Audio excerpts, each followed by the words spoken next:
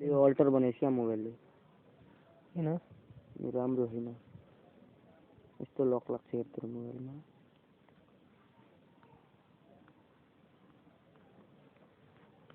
यसमा लक लाग्छ क्या त्यहाँ कति छ खोल्दै खोल्दैन आउँदैन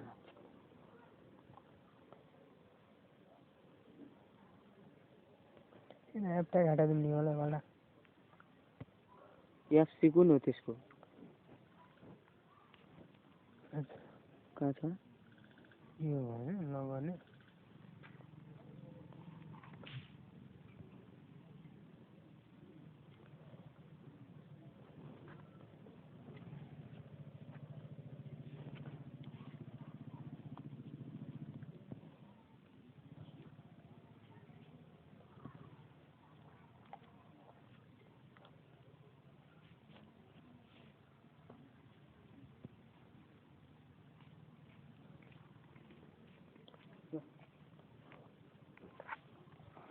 आपलाई बन्द गर्नु हो क्या फुल मेरो लाइटर पनि यस्तै थियो मुझे अघि भर्खरै हराएको मैले निचात खारे थ्रुडी दिया मसँग अझै लाइट छैन निलो छ कि तर त्यो हात जस्तो त्यसले ल्याएन धोका दिन्छ भनेर यही ल्याएको अब चाहिँ लाइटर राख्छु निचात खाया देखाएको दोकान यहाँ सब्जी पटे खानु बेसी पर्यो भने क्या हावा छेक्नु हो मुजीहरू हावा छेक्दा दुई भाइ बुटेर बोजाएको कहाँ चन्दनपुर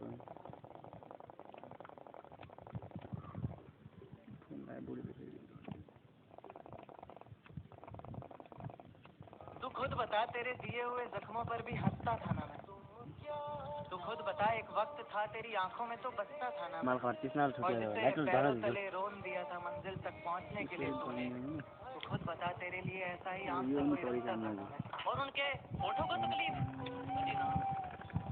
उनके फोटो को तकलीफ ना ना ना हम तो उनके दिल की बात उनकी आंखों से जान लेते थे और उन्होंने हमें हम तो परछाई देखकर पहचान जो मुझसे कहते हैं कि मेरे बाप का नाम पता है क्या तो सुन बेटा मेरे पास इतना टाइम नहीं है कि मैं तेरे बाप का नाम काट अगर मैं शाम को यकीन मानो मैं जवाब अघिको ल्याइदिनु पर्यो क्या अघि दिनु सक्छु नि त्योमा थियो कि मलाई थाहा छैन म त्यो काटिमा थियो ल्याउनु पर्यो त्यो सुकेको छ क्या अनि तैँले भने खान्छु हो पेटमा ध्यानमै झुकेर ल्याइन्छ होइन तेरो ध्यानै छैन मेरो मैं हर रातों में जागना मुझे अच्छा लगता है मुझे मालूम नहीं कि वो मेरी किस्मत में है या नहीं कि मुझे मालूम नहीं कि वो मेरी किस्मत में है या नहीं बार बार खुदा से मांगना मुझे अच्छा लगता है मैं जानता हूँ कि तू बात नहीं करना चाहती मैं जानता हूँ तू बात नहीं करना चाहती है नींद आ रही है ये बता के सो जाना यस्तो तान्त्रिक ध्यान न यो थोड़ी यस्तो ठीक छ मुजी भेटेको पत्तामा परन्दा यो काट्दै कुन रुख काट्छ त्यही रुख के भयो सोल्टी अलि उता जाउनु तिमी रुख मरिसक्यो नि त उता जानु पुरोटे रुख मरिसक्यो अब कुन रुख रे काकाको रे कसको तिम्रो भयो हामीहरू यत्रो भयो नि मुटु काट्दियो दाजु क्या बे हेरा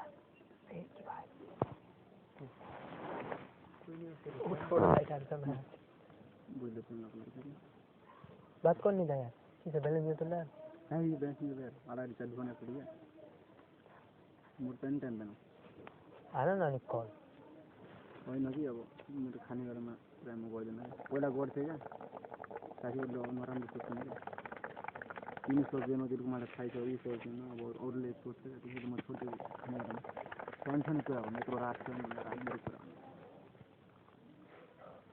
कसलाई डिस्टर्ब हुनुभएको छ बोल्दाखेरि जसको कोही हुँदैन होइन र जहाँ निरो त्यो बात गर्नु उहाँको मात्र अप्ठ्यारो यो त हामीलाई बुझाइदिन गर्नुभएको छ होइन को खाँदै बोल्नु बुढी भनेर गर्दैन मेरो कि बिहे भएको छैन नि कहाँ गर्लफ्रेन्ड बोल्दाखेरि त छ नि टाइम भने एउटा छ कि हाम्रो मेम्बरको छोरो त्यो त खाने बेलामा थाल्दैन तिमी कति मेहनतले बनाएर खुवाउँछु मैले ता पनि कुरा थाल्दिनँ मैले मारै छोडिदिन्छु के थापिदिन्छ मलाई छोडिदिन्छ कुरामा त्यस्तो क्या फोनमा खान्थ्यो उसको जेठो छोराहरू त बेगर होइन त्यसो गरेर आउँछ अहिले मुजेर सुन्नु रिचार्ज ल्याउ एउटा रिचार्ज दे त्यसलाई हुँ। अब आजको पैसा छ दुईको हुन्छ होला मान्छे तान्नु रे मलाई भरि नछैन भरि कहिले लाइट भरेको छैन तान भन्दैछ जस्तो मैले कल रास्ते में जब मिल गया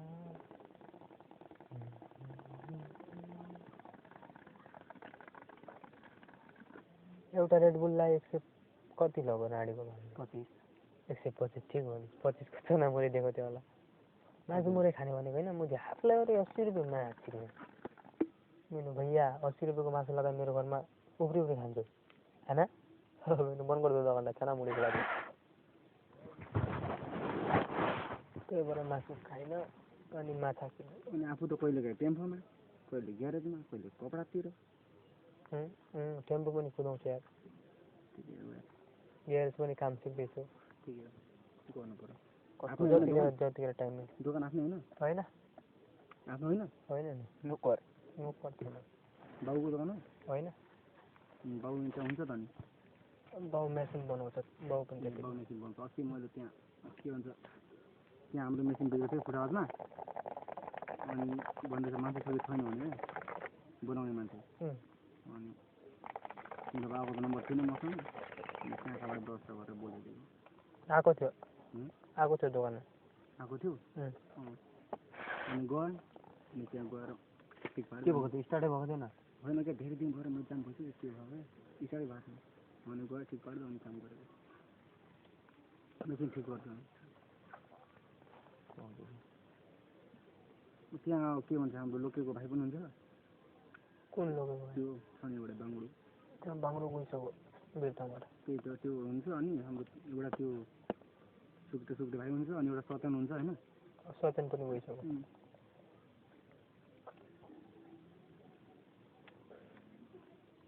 यो समुदायको लाइटर बोलतिरबाट किन्नु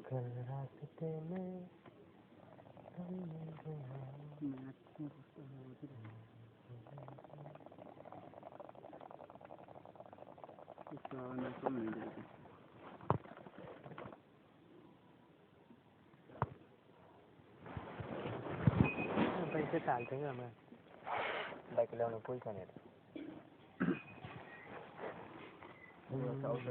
आलु आउँछ मिनट रहनु पुग्छ एकछिन मलाई छैन उसले त दिएन म त हान्ने हो अहिले फेरि गएर तिम्रो आउँछ बनाउनु पर्छ चार पाँचदिन हान्ने छ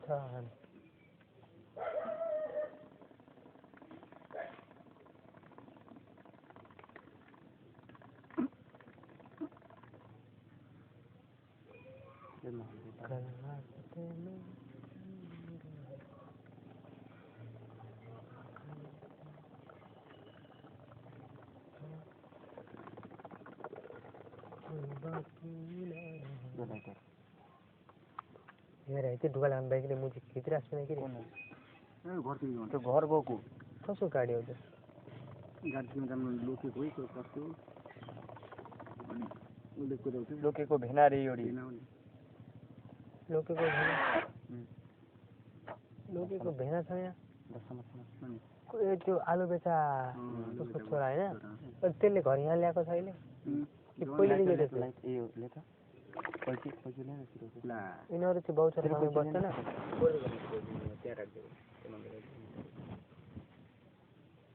ए यिनीहरू भने चाहिँ बाउछरासँगै बस्दैन रहेछ होइन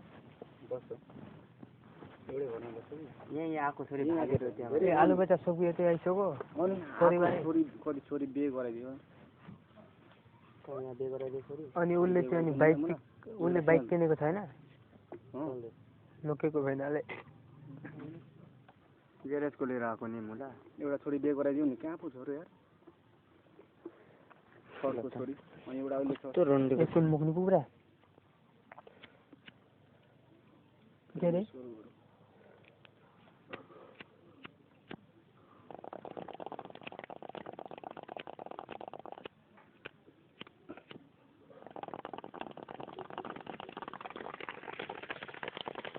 त्यो जेसीबीले भन्दैछ मलाई माल चौना लिएर मलाई छैन थाहा पाते के छैन आज लागिहाल्छ मलाई हाम्रो यत्रो यत्रो माल पाउँछ मुजुरले किन्दैन त के घन्टा खान्छ होइन रे कहाँ छ माल 200 रुपियाँ पुग्यो कसको अरे यही माल खाएको माल भन्दैछ 2 दिन छ मैले फोन लिएर आउनु खुमेको घुमै छ खतम रे खतम यहाँले एकचोटि देखा त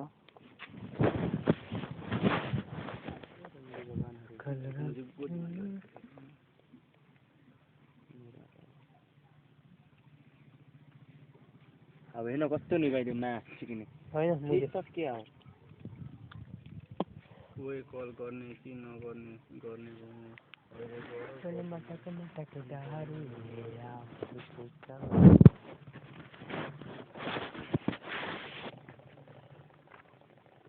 म गएको भोलि बिहान आउँछस् त बिल आइज ल यताबाट आउनु बिहान यताबाट आइज फोन गर 10 तारिक मेरो नम्बर छैन तिमीसँग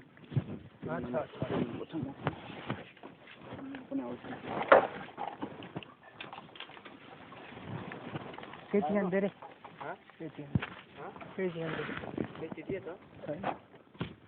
लाइट बालेर छैन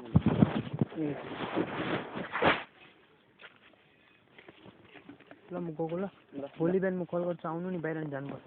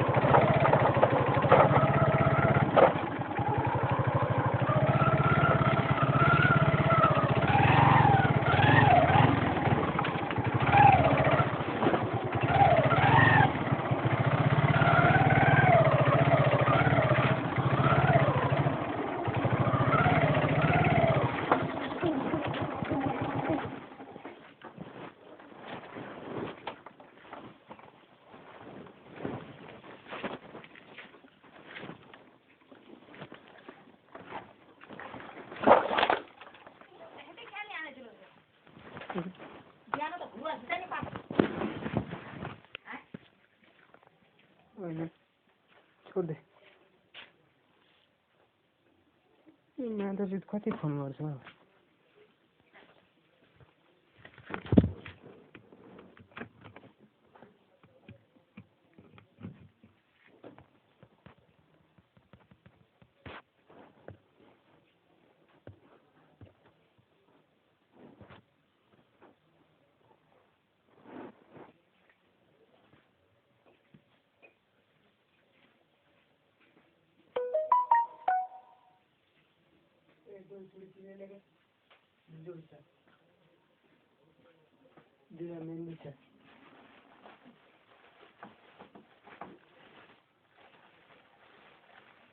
कुनला का खोगे निमेना कुनला का खोगे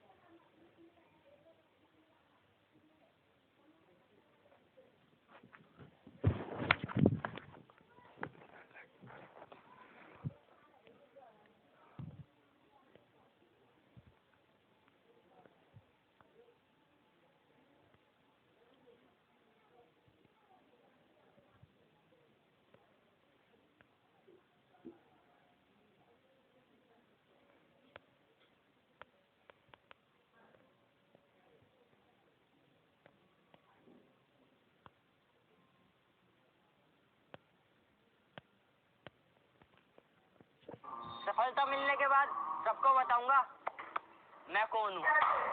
अब मुझे छोड़कर किसी और के साथ वही झूठी कस्में खाओगी। अब मुझे छोड़कर किसी और के साथ वही झूठी कस्में खाओगी। मैं आपके बिना एक पल भी नहीं जी सकती। ये सब दोबारा दोहराओगी। और जरा सा भी तेरे अंदर का ज़मीर जिंदा है तो मेरा एक कहा मान। आईना है घर में, सही से देखो, शर्म से ही मर जाओगी। एक एक को अच्छे से सुधार सकता हूँ मैं, कि एक एक को अच्छे से सुधार सकता हूँ मैं। इन जैसों की खड़े खड़े उतार सकता हूँ मैं। मिठाई की दुकान पे ले जाऊंगा, 2 रुपए में बिक जाएगा, क्योंकि 200 की तेरी औकात नहीं। कुछ लोग कहने लगे हैं कि एटीट्यूड थोड़ा कम कर, ऊपर जाएगा। मैं कहता हूँ तू थोड़ा ऊपर कर ले, लेवल पे आ जाएगा। तेरा बाप आया। भाई। हाँ भाई। आपकी गर्लफ्रेंड आपकी बात क्यों नहीं सुनती? अभी ना समझ है वो, मेरी बात नहीं समझेगी। मेरी जगह नहीं है वो, मेरा हालात नहीं समझेगी।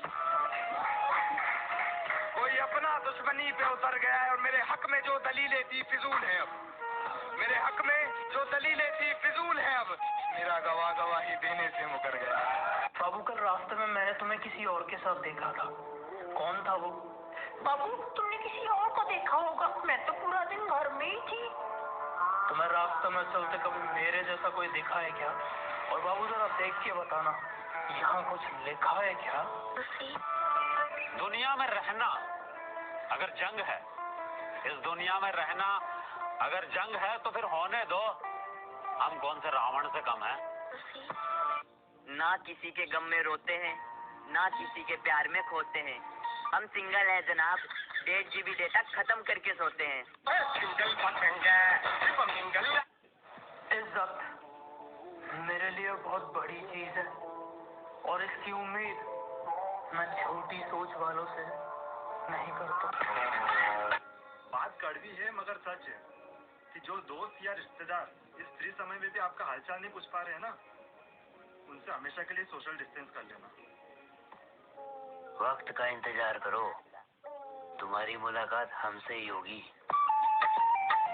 बहुत प्यार दिखाया मैंने, बहुत प्यार दिखाया मैंने, खुद को गिराया बेकार में। बहुत प्यार दिखाया मैंने, खुद को गिराया बेकार में। तब तू नहीं समझा था, मैं नहीं समझूंगी। मोहब्बत गई। अकेले ही लड़ना होता है जिंदगी की लड़ाई। लोग सिर्फ तसल्ली देते हैं, साथ नहीं।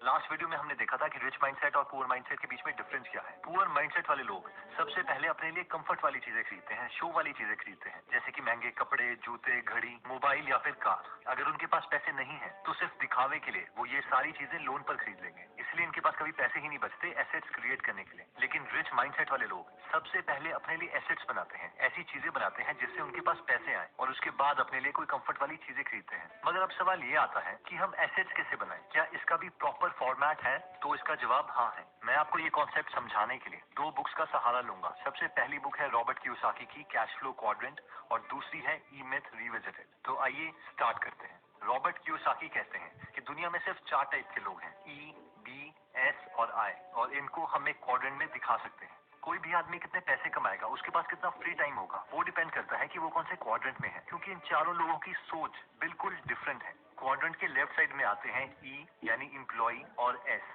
यानी सेल्फ एम्प्लॉयड। ये वो लोग हैं जो पैसे को टाइम के साथ एक्सचेंज करते हैं। क्वाड्रेंट के राइट साइड में आते हैं बी यानी बिजनेस ओनर या फिर आई यानी इन्वेस्टर। ये वो लोग हैं जो पैसे से पैसा बनाते हैं या फिर किसी और के टाइम से पैसा बनाते हैं। तो आइए इन चारों को थोड़ा डिटेल में समझ लेते हैं। सबसे पहले आता है एम्प्लॉय। ये वो इंसान है जिसे जॉब की सिक्योरिटी चाहिए, हर महीने सेम अमाउंट का पे चेक चाहिए, इसे रिटायरमेंट के बाद में पेंशन चाहिए, हर चीज इंश्योरेंस के थ्रू कवर्ड चाहिए, ये कोई फाइनेंशियल रिस्क नहीं लेना चाहता। जो भी लोग जॉब कर रहे हैं वो सारे इस कैटेगरी में आते हैं। ये लोग अपने टाइम के बदले में पैसे कमाते हैं। जिस दिन ये काम करना बंद कर देंगे, इन्हें पैसे भी आना बंद हो जाएंगे और गवर्नमेंट के रूल्स के अकॉर्डिंग ये लोग सबसे ज्यादा टैक्स पे करते हैं। लेकिन दूसरी तरफ जो इंसान खुद का बॉस बनना चाहता है, औरों पे डिपेंडेंट नहीं रहना चाहता, वो अपनी कोई दुकान खोल देता है, फिर चाहे वो लॉयर हो, डॉक्टर हो या फिर कंप्यूटर ग्राफिक डिजाइनर हो, वो सेल्फ एम्प्लॉयड की कैटेगरी में आता है। इनकी सबसे बड़ी गलती ये है कि ये लोग सोचते हैं कि ये बिजनेस कर रहे हैं, जबकि ये सेल्फ एम्प्लॉयड है। इनके पास एक ऐसी जॉब है जो उन्होंने खुद को दी है। ये लोग सोचते हैं कि ये परफेक्शनिस्ट है, इनसे अच्छा कोई काम कर ही नहीं सकता, इसीलिए ये हर काम खुद करना चाहते हैं। और सबसे ज्यादा दुख की बात ये है कि जब ये लोग सबसे ज्यादा सक्सेसफुल होते हैं, जब इनके पास सबसे ज्यादा कस्टमर्स होते हैं, उस वक्त ये सबसे ज्यादा बिजी होते हैं और इनके पास अपनी फैमिली के लिए कोई टाइम नहीं होता। ये सारे फेमस फेस्टिवल्स, दिवाली, होली अपनी उस शॉप में गुजार रहे होते हैं जिस वक्त पूरी दुनिया एंजॉय कर रही होती है। और ये सिर्फ इनकी मेंटालिटी की वजह से है, क्योंकि ये किसी और पे ट्रस्ट नहीं करते।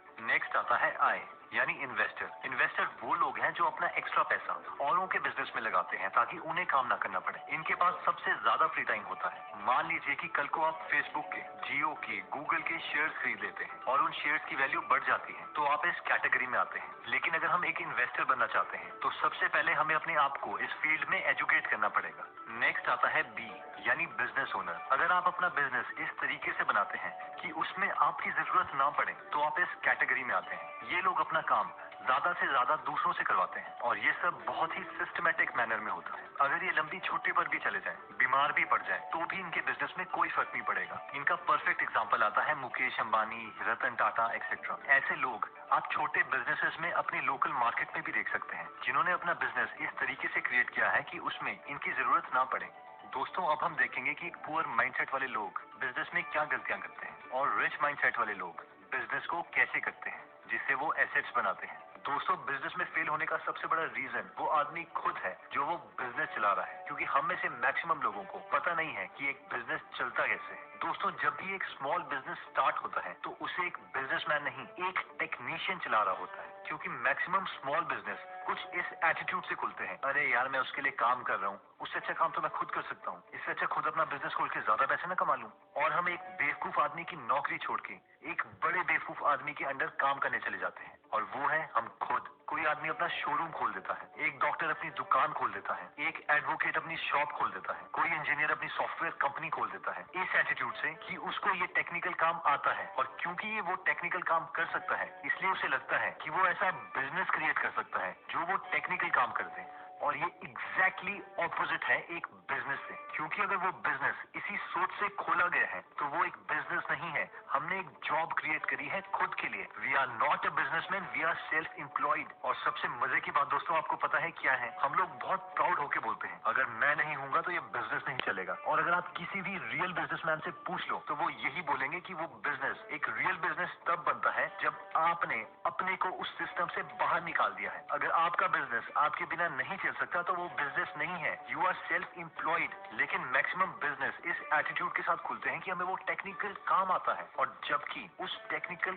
काम का उस बिजनेस से कुछ लेना देना नहीं है। आप चाहे बड़े से बड़े लोगों के एग्जाम्पल्स ले लें, क्या स्टीव जॉब्स ने एप्पल के फोन्स खुद बनाए थे? बिल्कुल भी नहीं। वो तो एक प्रोग्रामर भी नहीं थे, ना ही एक हार्डवेयर इंजीनियर। उनकी एक विजन थी कि पूरी एप्पल की कंपनी किस तरीके से चलनी चाहिए और फाइनली उन्हें क्या अचीव करना है। और वो अचीव करने के लिए उन्हें जिन लोगों की जरूरत पड़ी, जिस टेक्नोलॉजी की जरूरत पड़ी, वो अपनी कंपनी में लाए और वो प्रोडक्ट अचीव किया और उसकी अच्छी मार्केटिंग के साथ एक नया ब्रांड क्रिएट किया। इवन की बिल गेट्स जिस सॉफ्टवेयर MS-DOS की वजह से अमीर हुए, वो उन्होंने किसी और से खरीदा था $50,000 में, and he created a business. और अगर हम इसे स्मॉल बिजनेसेस के साथ कंपेयर करें, मान लीजिए एक डेंटिस्ट है और वो अपने को एक बिजनेसमैन मानता है, तो वो सबसे ज्यादा सक्सेसफुल कब होगा? जब उसके पास सबसे ज्यादा क्लाइंट्स आएंगे, और जिस मूवमेंट पे उसके पास सबसे ज्यादा क्लाइंट्स आएंगे, उस मूवमेंट पे उसके पास सबसे कम टाइम होगा अपनी लाइफ एंजॉय करने का, और उस मूवमेंट में वो अपनी उस जॉब को, जिसे वो बिजनेस कह रहा है, सबसे ज्यादा नफरत करेगा। अगर आप जानना चाहते हैं कि आप एक बिजनेसमैन है या सेल्फ एम्प्लॉयड है, तो अपने से सिर्फ एक सवाल कीजिए कि क्या मैं इस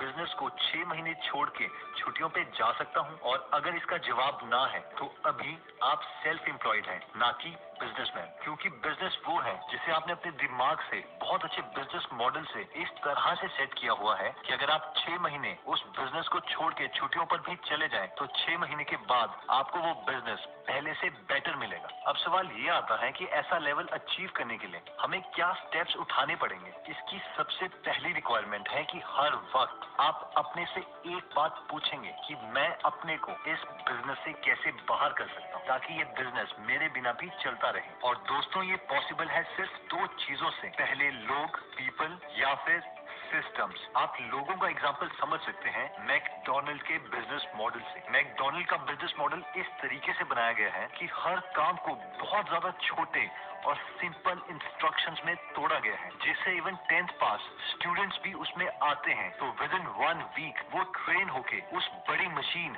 मैकडॉनल्ड के अंदर घुस के मैकडॉनल्ड के प्रोडक्ट तैयार कर सकते हैं। और अगर आपने नोटिस किया होगा, तो मैकडॉनल्ड का बर्गर चाहे आप चंडीगढ़ में खाएं या दिल्ली में, वो एग्जैक्टली सेम होता है। क्या वो सेम आदमी ने बनाया है? नहीं, वो सेम तरीके से, सेम इंग्रेडिएंट से बनाया गया है, क्योंकि ये बिजनेस मॉडल बहुत स्ट्रॉन्ग है। दोस्तों, दूसरा तरीका जो आप इमेजिन कर सकते हैं वो है थ्रू सिस्टम्स, और ये ज्यादातर ऑनलाइन बिजनेसेस में यूज किया जाता है। मान लीजिए आपने एक बार मेहनत करके कोई वेबसाइट खोल दी है या कोई शॉपिफाई का अकाउंट क्रिएट कर दिया है। अब अगर रात के 3 बजे जब आप सो रहे हैं, उस वक्त भी कोई आपकी वेबसाइट पे आता है, तो भी वो आपका प्रोडक्ट या सर्विस ले सकता है और पेमेंट गेटवे के थ्रू आपको पेमेंट करके अपना प्रोडक्ट हासिल कर सकता है। तो दोस्तों, ये 2 मेथड्स हैं जिससे हम सेल्फ एम्प्लॉयड पोजीशन से एक एक्चुअल बिजनेसमैन बन सकते हैं।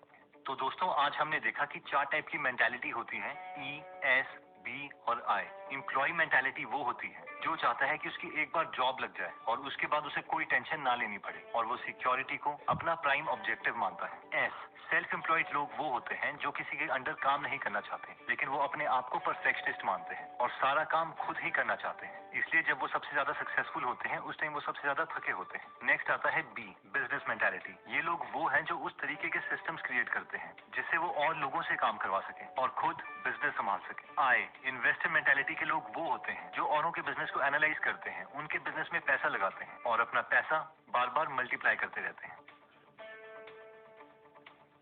दोस्तों, कमेंट सेक्शन में आप बता सकते हैं कि आप नेक्स्ट वीडियो किस टॉपिक पर चाहते हैं, ताकि हमें भी फीडबैक मिले और उसी टॉपिक्स को हम कवर करें। इस चैनल को जरूर सब्सक्राइब कर लीजिए और बेल का बटन दबा दीजिए, ताकि आप ऐसी नॉलेजेबल वीडियोस कभी मिस ना करें। और इस वीडियो को लाइक जरूर कीजिएगा ताकि हमारा कॉन्फिडेंस बढ़े।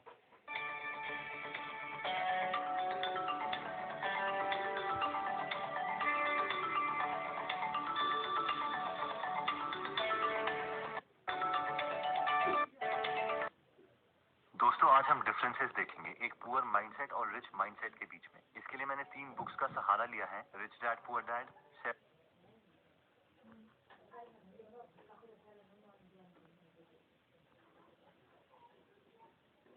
Actually ate about living here, you know, by the beach, the wind. There's a lot of wind, so I always got to be super careful about how I record these videos.